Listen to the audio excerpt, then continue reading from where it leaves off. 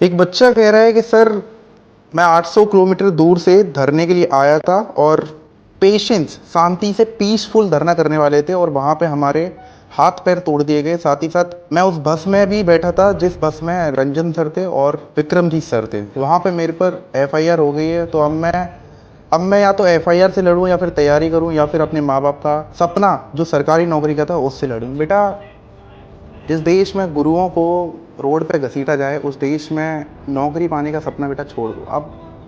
अब चीज़ें उस कदर संभल नहीं रही हैं। अब यहाँ पे अगर देखोगे ना तो संसद में आपके समोसे के बयान हो रहे हैं, बट एसएससी के बारे में कोई नहीं बात कर रहा है। कोई भी नहीं बात कर रहा। जिस देश में सरकारी स्कूल बंद हो रहे हो, जिस देश में 20-20 हज़ार सरकारी स्कूल बंद हो जाएं, जिस देश में हर 1 किलोमीटर पे ठेका खुल सकता है बट हर 1 किलोमीटर पे सरकारी स्कूल नहीं खुल सकता, उस देश की एजुकेशन व्यवस्था किस कदर जा रही है, कहाँ जा रही है और कौन सी जगह जा रही है आप समझ सकते हैं। फॉर्म भरने के बाद आपको देखने को मिलता है 800 किलोमीटर सेंटर गया है और वहाँ पे जाने के बाद 3 दिन की ट्रेन में सफ़र धक्के मुक्के खाने के बाद वहाँ पे आपको पता चलता है आपका पेपर हो गया कैंसिल। और अगर पेपर होता भी है तो धांधलेबाजी से हो रहा है। गुरुओं को रोड पे घसीटा जा रहा है, एफआईआर दर्ज करी जा रही है। संजीव सर को अभी हाथ में मैंने देखा था उनका वीडियो के, उनके हाथ में बहुत ज़्यादा चोट आई थी।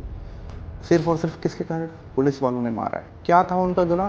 सिर्फ बच्चों के लिए आवाज़ उठाने गए थे कि मुझे एजुकेशन सिस्टम में रिफॉर्म चाहिए। तो चीज़ें समझ सकते हो बेटा कि इस कदर अब चीज़ें नहीं हो रही हैं जिस कदर होनी चाहिए थी, खासकर एजुकेशन सिस्टम को लेकर, जिस पर कोई चर्चा करना नहीं चाहता। कोई न्यूज़ वाला आपको नहीं दिखा होगा, बड़ा न्यूज़ वाला वहाँ पे। कहाँ गए एबीपी न्यूज़ वाले, कहाँ गए आज तक न्यूज़ वाले? कोई नहीं दिखेगा। बेटा, जिस देश में एजुकेशन सिस्टम को मांग को लेकर, बच्चों की मांग को लेकर आवाज़ उठाई जाए और उस आवाज़ को लाठी तले दबा दी जाए, पैरों तले रौंद दिया जाए, उस देश में बेड़ा गर्क होना तय है।